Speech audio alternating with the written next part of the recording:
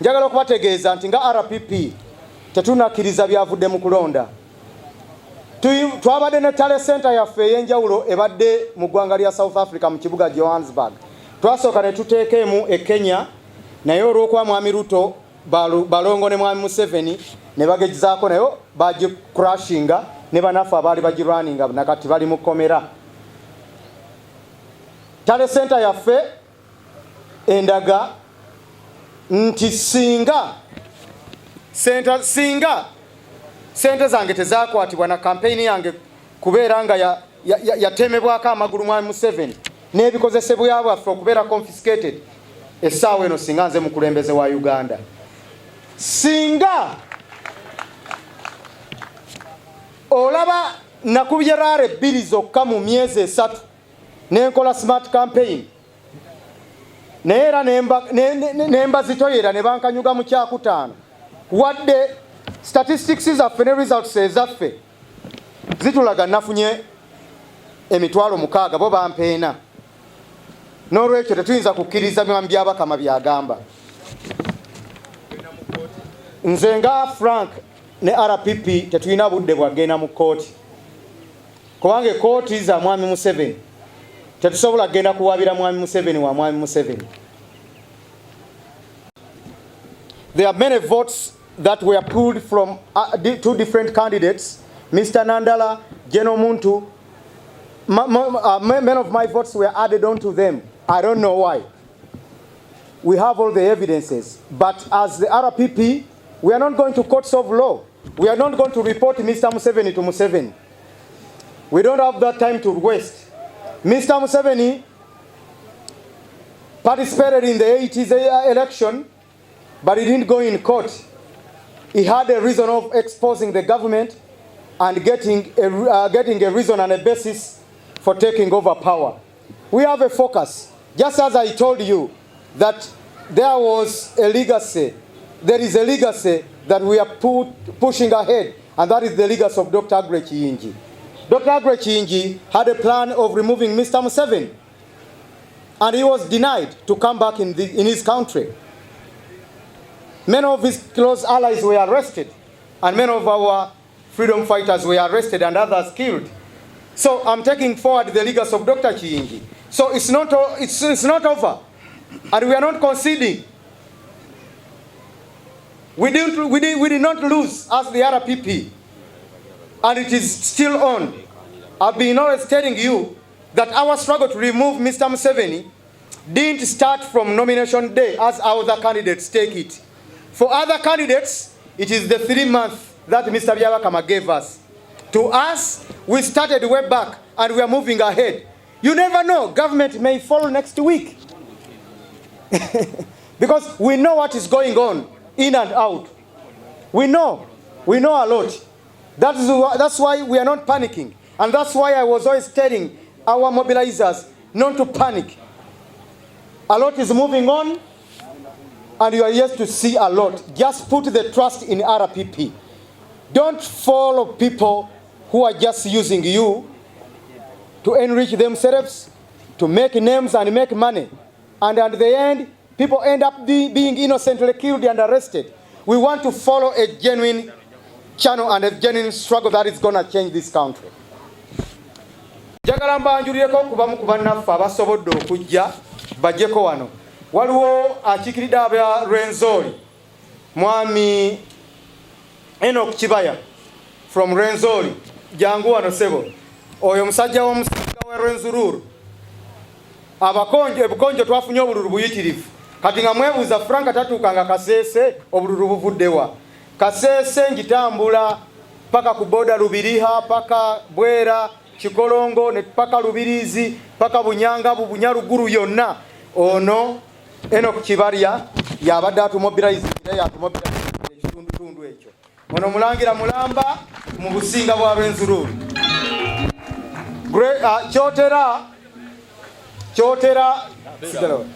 Kyotera Kalisizo Olakai mulugwe Emma mumuwulira ku CBS. Oyo coordinator waffe owa Kyotera, Rakai, Kakuto, Mutukula, paka ku Mwale Tanzania, okugatta Uganda ne Tanzania. webale nnyo webalire ddala. Mukulu Saliza Mufuula, coordinator waffe wa Greater Masaka, Buddu n'ebitundu ebyo byonna, ne Vincent Jangu mu bendobendo ly'e Masaka, Lwengo, Bukoma Nsimbi, maama waffe ow'ekiboga Kiboga Nakasongola n'ebbendobendo eyo lyonna erya Ssingo. Njagala mumanye nti siri bwomu babadde mulowooza nti obululu oba bampadde buwe, bano bonna abantu badde tebeebaka. Ono mulaba n'akafuufu kakyamuliko okuva ekyotera anti oluguudo luganya okukolebwa olw'emutukula mwaka ku mwaka. Okuva mu kitundu ky'e Kapchora ng'eyo yemeka yaffe gye tusinga obuwagizi Essebeyi, Mwami Twara Kadala, Deputy National Chairperson waffe wa UFDO. Twara Kadala yafiirwa omukono gwe, oyo twatambulanga naye e Dubai, Singapore, Australia n'amawanga amalala ne Dr. Kiyingi. Era ab'ebyokwerinda ano bamutemako omukono nga bagamba nti yali aterese emmundu zaffe mu bitundu by'e Kapchora n'Embale. Mr. Chemonges Jangu, Chesaya Chemonges, nga naye ava bendobendo ly'e Kapchora, Kweni, Nakapiripiriti, Amudatiawo, Ngenge, Chepskunya n'ebitundu ebiriranye Kenya ne Uganda. Mwami Chemong ono yasinga nnyo okutusuza nga tuli mu biseera ebyo ebizibu ne Dr. Kiyingi nga mu ddiiro lye we tusula e Nairobi mu makage. We were sleeping in knows little Luganda. We were sleeping in his sitting room during the bad times when we were on with Dr. Agule Kiyingi in his home in Kibera. Mukama wange okuva e Nakaseke ne Ruwero Salongo nawe Ruwero ne maama okuva Emitiana baliriddawa.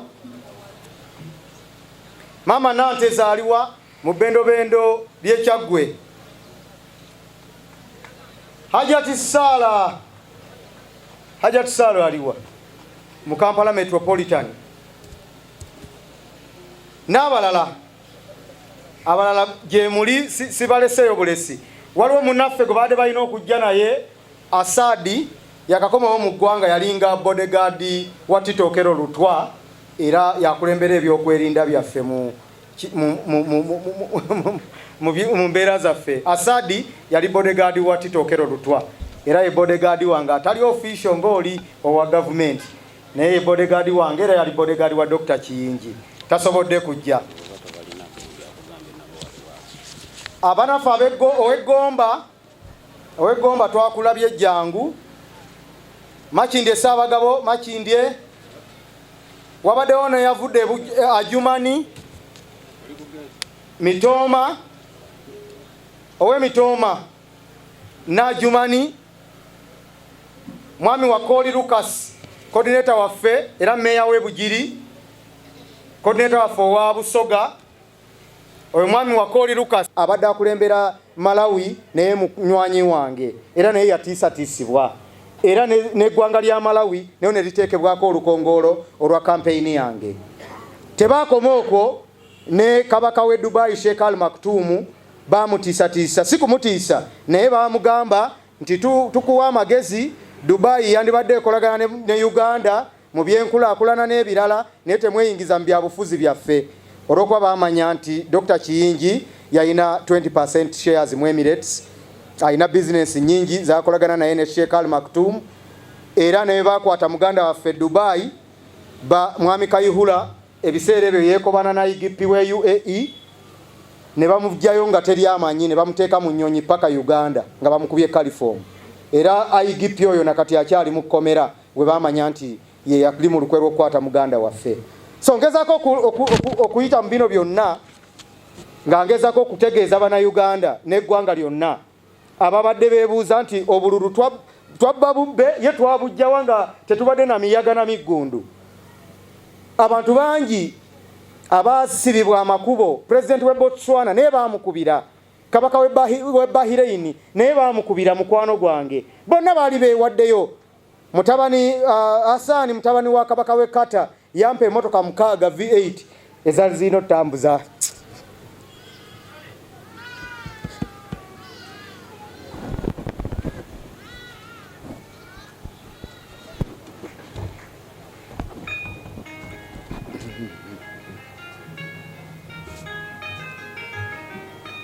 RPP juu.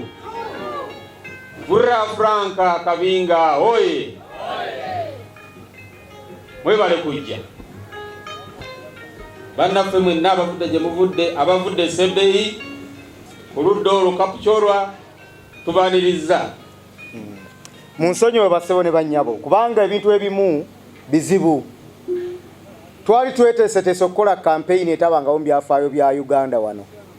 Emmotoka zange zirina kawaawo V8 mpya zampeebwa mutabani wa Kabaka w'e Kata nga ze nina otambuliramu nga konvoyi yange zakwatibwa.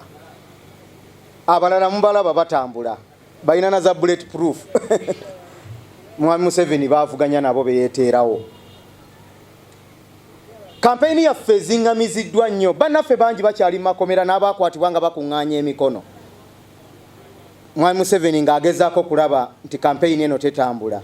Yamanya nti wentandika kampeyini nga yetwali tugitegese kuba Dr. Kingi wadde yavaawo netiwaka ye teyavaawo. Be twakolagana nabo tebavangawo. Sente tezaavaawo, tewali kyavaawo, ye yavaawo. Tutwala ligase ye maaso y'ensonga lwaki mulaba nti we are keeping the legacy of Dr. Agre Kiyingi egende maaso. So Mwami Museveni wano mu Uganda yali atya abantu babiri, Dr. Besigye na Dr. Agre Kiyingi. Dr. Besigye kakyamuteeka mu kkomera, Dr. Kiyingi n'ava mu bulamu bw'ensi, awo n'awuuta enkoko n'amanya nti eggwanga agenda ddifuga paka kufa. Yali amanyi nti Dr. Agre Kiyingi waavuddewo tewaliddawo mulala. Kati we navaayo kwe kwokutya ate agenda okulaba nga netiwaaka weeri ate nga mbategeeza ekyaliwo. Network ekyaliwo era weeri. Era nzize ntegeeza bannayuganda nti singa Dr. Kiyingi oba Dr. Besigye be baali omu ku bo yali yeesimbye kuba Pulezidenti nali seesimbawo. Kubanga be baali ku mulamwa ogw'okuggyako Mwami Museveni ogwa ddala. Baali tebeenoonyeza byabwe na kusirisa kuttisa baana b'abantu bwereere. Dr. Kiyingi twatambulanga naye ng'omwana omu ne bamukwata ne bamusiba ng'oba ali kotido nga kkubira n'agamba Franka musoke muyimirize buli kimu tununule omulwanyi waffe. N'asooka agamba genda otuuke ewaka omukyala ali mu mbeera ki, abaana bo balina fiizi, abantu bali batya. Naye tuli mu mulembe ng'olaba omuntu okwatibwa n'osibwa n'ogenda bw'otyo. Bannaffe abaasibwa emyaka 5 Bayasini Kawuma nawulira ennaku ezo nga mukyala we bambi anoonya na school requirements zizaayo baana. Baana bangi ba foot soldiers abafudde mu kalulu akaggwa bakyali kitalya, embooko baziryanga kyankya, ekyeggulo kubakuula mu njala. Naye nga tetubalwaniridde abantu abo bonna. Naye njagala tuggulewo essuula empya abantu abo bonna abaasibwa, oba bali mu kibiina kyaffe oba bali mu bibiina birala nga tebafiiriddwako. Tugenda kubayamba, tugenda kubalasirira, tugenda kulaba engeri gye tukwatirako ku balwanyi abo bonna. Dr. Kiyingi yayambanga nga tafudde oba oli wa UFDO. Bino mbyogera ebimu byakyama mujaga lwaki njabye ebintu olw'okuba takyaliwo, ebimu njabyogera nga si bya nkiso. Teri mubaka kyovala babaka bangi abagudde mu parliament kyabadde kituufu abamu bagwe abali ku ludda oluvuganya. Teri mubaka wa parliament ali ku ludda oluvuganya Dr. Kiyingi gw'atayambako naye nga tebaali mu kibiina kye, yabakubira posters. Waliwo omubaka gwe yawako ne miliyoni 8 nze nalutwala. Wayita weeks 2 nga za kumobilizing abantu mu Buganda aguze beach eri emutoola emukono. Waliwo gwe yawo obuwumbi 10 tumobilizing abantu mu Kampala wano. Omuntu agende ku street okwekalakasa nga alina mu $5 ng'ewaka muliwo akasawo ka muceere n'akawunga mu kasonda. Agende ku street nga kwagamba ali ne tugamba nti newe kiba kyetaagisa ssente tuziteekemu ng'obwavu bwe bulemesezza bannayuganda okuvaayo begagambuleko Mwami Museveni ssente katuziteekemu. Be yaziwa nga baludda luvuganya. N'owulira nti oli aguze apartment 2 e Buziga. Naye bajja wano ne bayimba nnyo ne baleekaana ate namwe ne mubagoberera. Sijja boogera mannya naye abamu mubamanyi. Waliwo omubaka omu era yali yakulirako ne ku ludda oluvuganya. Yamuwaako yamusinkanako e Singapore, nze namuwa ne tiketi ne visa. N'amugamba njagala kunfunira bifaananyi ebiraga bannayuganda ebabonaabona ebya brutality, babakuba emiggo, tiya gaasi, tugezeeko okubikola mu video tulabe engeri gye tuyamba abantu baffe. Ebifaananyi by'ojja obujja ku Google yatuuka e Uganda yamugamba ebifaananyi ebyo bifuna neetaaga obukadde 3 nga mubaka wa paalamenti yaliko n'omukulu w'oludda oluvuganya neetaaga obukadde 3 naye ayagala kujjako Museveni. So muzze mutubuuza lwaki tetwegatta ku balala, twegatte ku baani? Okujja nga mugamba twegatte ku Museveni, tetuyinza kwegatta ku Museveni n'abakongozi be bali mu opposition. Mwami Museveni alinga Mandwa kati alinnya eri gy'alinnya naye alina abakongozi mu opposition. Kati temujja tugamba twegatte ku bakongozi ba Museveni abali mu opposition nga beenoonyeza byabwe na kulaga credibility nti Mwami Museveni Uganda erina democracy, obululu bubaawo ne buggwa, batuwangudde, Mukama n'ayamba. Ebyo tetujja bikiriza. Mbategeezezza nti obululu bwange saanoonya kalulu. In fact nze nakuba laale 2. Laale zaali Luweero ne Wasembye wano olunaku we twali wano 2 zokka. Naye nali confident nga mmanyi kye tukola kuba twalina network countrywide. Era olwa short notice y'omukolo guno bannaffe abamu we bali abatonotono okuva mu districts ez'enjawulo twasobola okukozesa network yaffe ne tukozesa digital team ne tukozesa abamawulire. Mwatukolera omulimu gw'amaanyi era bannayuganda okutuuka okuzibuka baali b'amawulire. Bwe twali ku presidential debate ku Serena bannayuganda abasinga babikkuka amaaso ne bamanya nti bulijjo bagoba Semufu Hope eri wano. Programu eyo abantu abasukka obukadde 12 baali bagiraba live era yatuyamba nnyo bannayuganda okubikkuka ne bamanya nti mu baali bavuganya ffeffekka twalina manifesto, abalala baali mbiboozibozi. Tetuli wano kubakyamuukiriza oba kubasanyusa, lwabula twagala tubeere n'omulamu ogugenda okututwala mu maaso. Kino kye tuliko tekikomye lwaleero. Njagala okubategeeza nti luno olutabaalo tuzze tusikira lusikire lwaviira ddala ku UFM eyankwanga, luzze ku Bandulutu Akome Kayiira, luzze ku Dr. Paul Kawanga Semwogerere, Anthony Wagaba Sekweyama, luzze ne luyinda paka ku Dr. Besigye, luzze akatiddo Honorable Kyagulanyi n'akakwata kakati akankwasizza nze mpatuuse mu nsentuulize.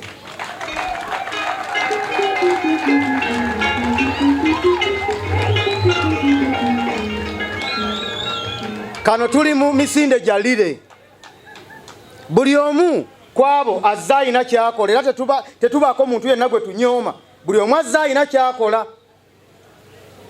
Kuva ku Nkwanga, Kayiira, Dr. Semwogerere, Dr. Besigye, Honorable Kyagulanyi, kati Frank Bulira, tugenda kutuuka gye tulaga. Njagala okubategeeza tetwasimbawo babaka ba parliament.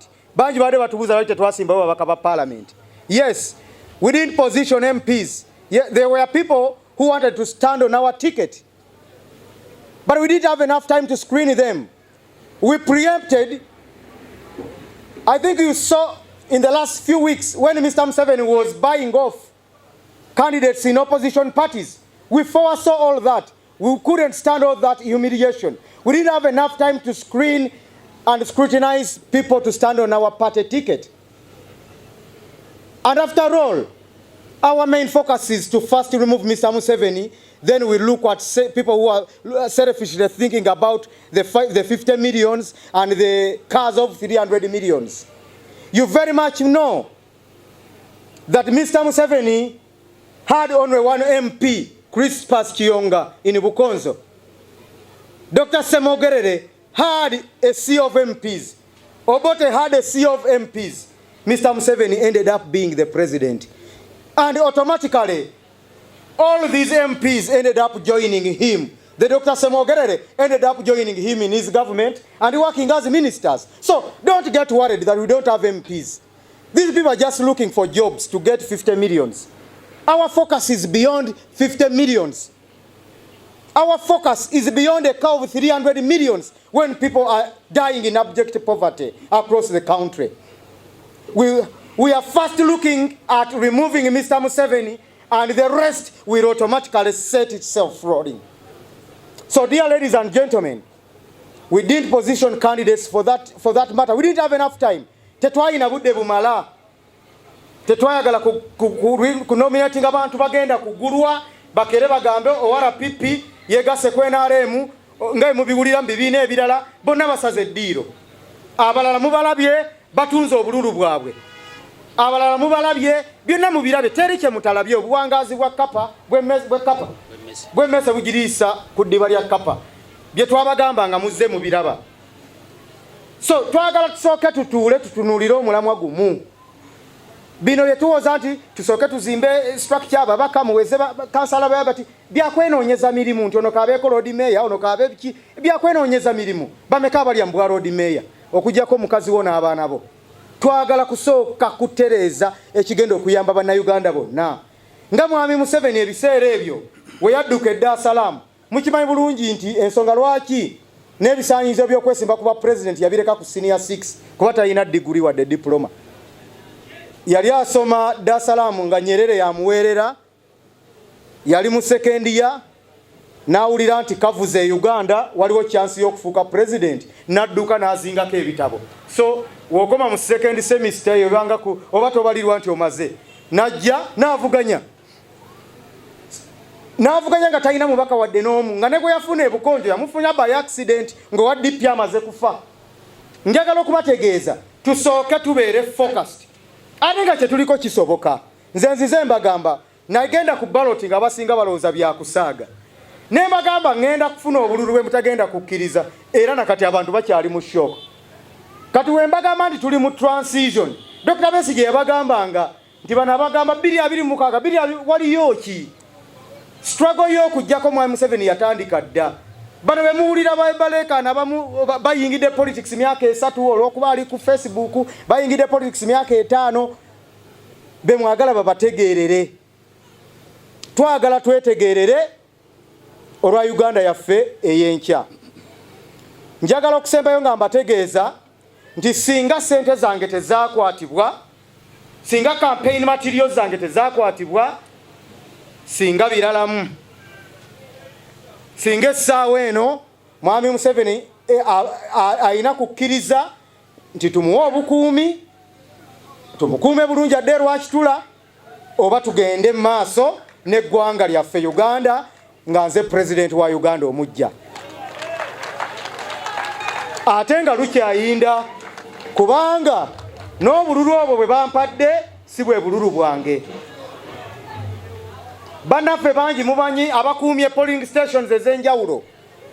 Mbadde nina kubeera mu kifo kya kusatu mu mbeera embi, naye batunuulidde munnaabwe ejjeno balwana naye tetujja muswaza kale. Nandala waffe mugola n'atera okuyingira NRM kale beera awo kumpi ku mulyango. Nze ne bakanyuga mu kyokutaano naye nabadde nina kuba mu kyakusatu. Tale center yaffe ebadde Johannesburg e South Africa ngera buli kimu tukifuna. Mubuuza bangi nga bambuuza tugenda kujja wa results twagala kuuma box ne mbagamba box ezange zijja kwekuuma naye weewaawo bagezaako ne babba bwe babbye. N'olwekyo bannayuganda njagala okubategeeza nti sijja kubamalira budde, kankomaawo tujja kwogera olundi naye tetwagala mugende